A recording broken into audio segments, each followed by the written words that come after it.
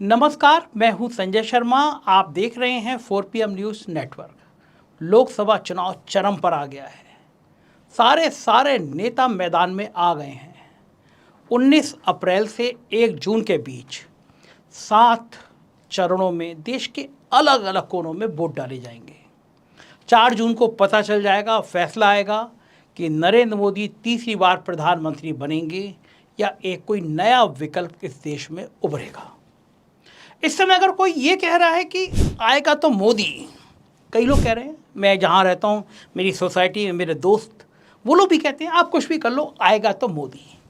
तो ऐसा इंसान मोदी का सम्मान कर रहा हो या नहीं कर रहा हो, मगर अपना, आपका और हर देशवासी का अपमान जरूर कर रहा है। अब आप पूछेंगे कि कैसे कर रहा है और मैं क्यों कह रहा हूँ, तो आज मैं इस वीडियो में आपको डिटेल से बताऊंगा, जिसके बाद आपको समझ में आएगा कि दरअसल तस्वीर है क्या। अब की बार 400 पार, ये नारा गोदी मीडिया के लोग ज़्यादा ही जोर से लगा रहे हैं। जितना मोदी जी नहीं लगा रहे उससे ज़्यादा अंजना ओम कश्यप, रूपकला याका, सुधीर चौधरी, बाकी गोदी मीडिया लगा रहे हैं।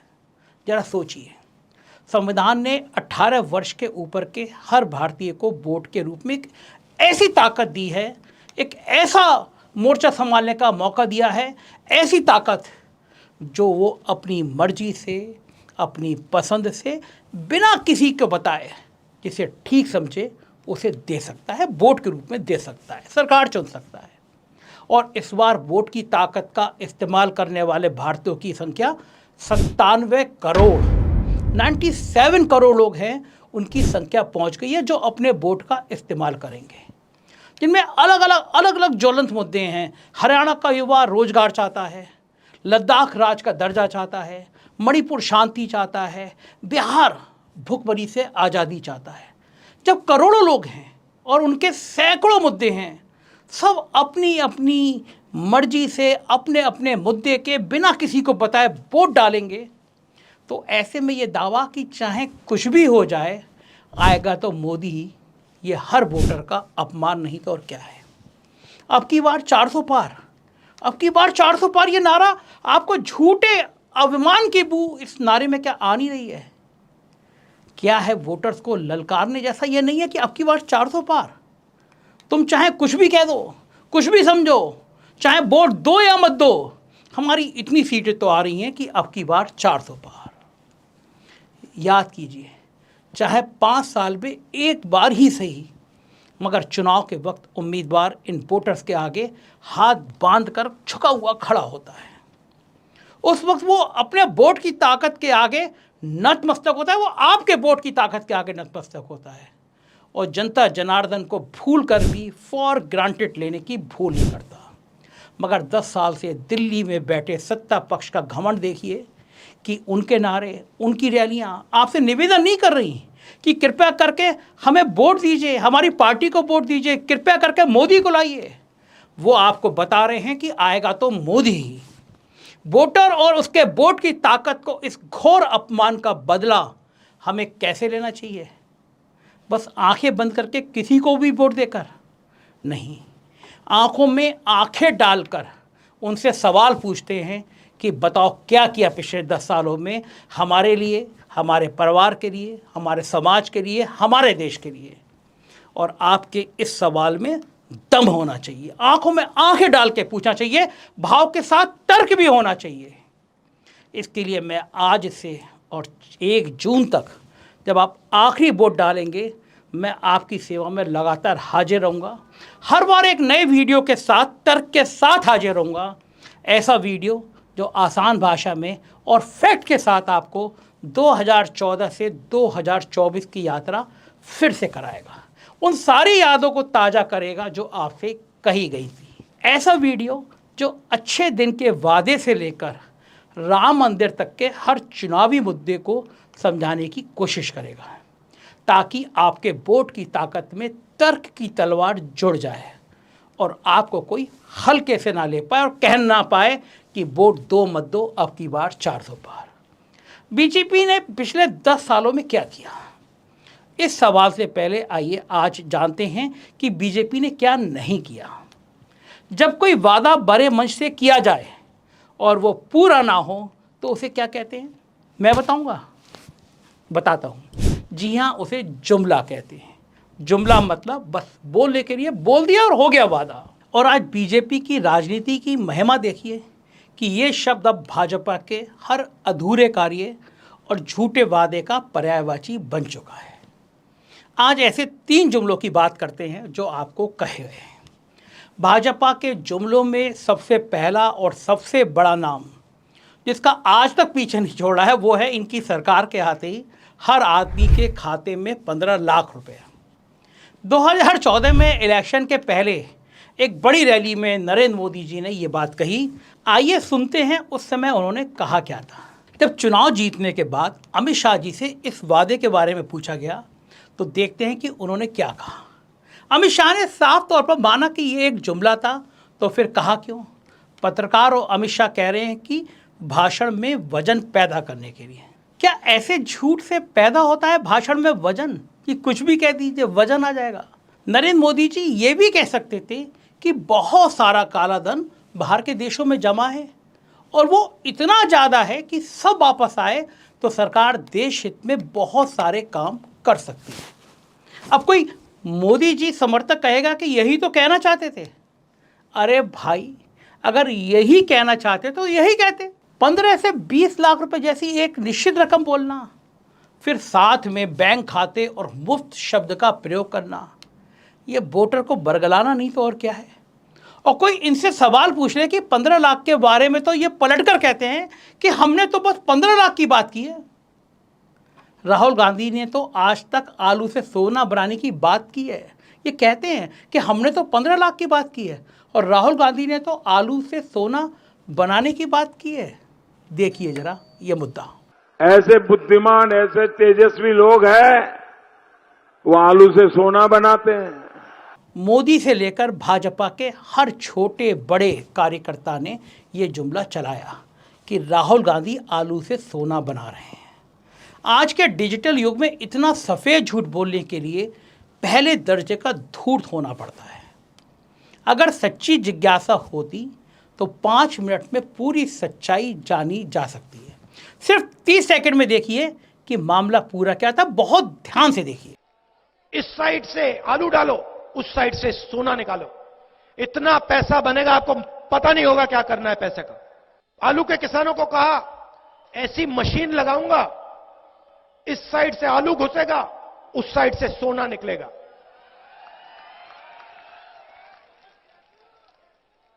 इस साइड से आलू डालो, उस साइड से सोना निकालो, इतना पैसा बनेगा, आपको पता नहीं होगा क्या करना है पैसे का।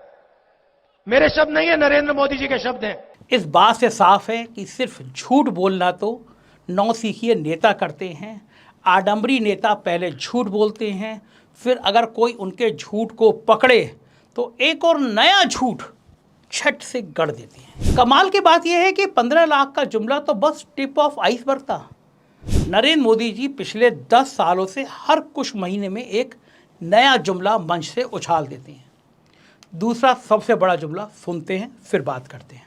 जब भारत की आजादी के 75 साल होंगे, इस देश में एक भी परिवार ऐसा नहीं होगा जिसका अपना खुद का घर नहीं होगा। 2022 तक सबको घर देने का वादा किया गया था। 23 मार्च 2023 को संसद में बेघर लोगों के बारे में सरकार से जब सवाल पूछा गया, कितने लोग बेघर हैं, किनको घर नहीं मिला, कोरोना की वजह से बेघर लोगों की संख्या पर क्या असर पड़ा, सरकार क्या कदम उठा रही है, आइए सरकार का 2023 का जवाब देखते हैं। बताता हूं क्या जवाब दिया। मोदी जी के 2022 वाला वादा, जो हर किसी को घर मिल जाएगा, हर किसी के सर पर छत होगी, उसके हिसाब से इस वक्त तक 1 साल में सब कुछ हो जाना चाहिए था, सबको अपना घर मिले हुए, क्योंकि 2024 चल रही है, यानी 1-1.5 साल पहले सबको घर मिल जाना चाहिए था। सरकारी जवाब कहता है कि 2011 में 17 करोड़ से ज़्यादा लोगों के पास घर नहीं था। 2019 के बाद से ये संख्या बढ़ी है या घटी है, इसका कोई भी डाटा सरकार के पास नहीं है। सरकार को पता ही नहीं 2019 के बाद लोगों को घर मिले, ये संख्या बढ़ी या संख्या कम हुई। और ये सारा जब बात मैं आपसे कह रहा हूँ, ये संसद के पटल पर रखा गया, सब रिकॉर्ड में है। आप कभी भी आरटीआई से मांग के जानकारी हासिल कर सकते हैं। कोई डाटा ही सरकार के पास नहीं। मतलब 2019 का चुनाव जीतने के बाद देश में क्या हुआ, सरकार को पता ही नहीं, यानी पता ही नहीं कि कितने लोग बेघर हैं, बस घर सबको दे देंगे। तो क्या फिर सबको घर दे दिया गया? 2023 तक 1,20,00,000 घर सैंक्शन हुए 2023 तक, और 72,56,000 घर लोगों को मिले हैं।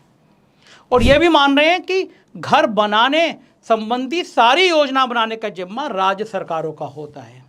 केंद्र सरकार बस 2015 से राज्य सरकारों की मदद कर रही है, लेकिन क्रेडिट चाहिए हमारे साहब को, हमारे प्रधानमंत्री जी को। राज्य सरकार बनाएंगी, क्रेडिट हमारे साहब को चाहिए। 17 करोड़ बेघर और 72 लाख घर। फिर सुन लीजिए, आप सच्चाई सुन लीजिए, गोदी मीडिया नहीं बताएगा। 17 करोड़ बेघर और 72 लाख घर।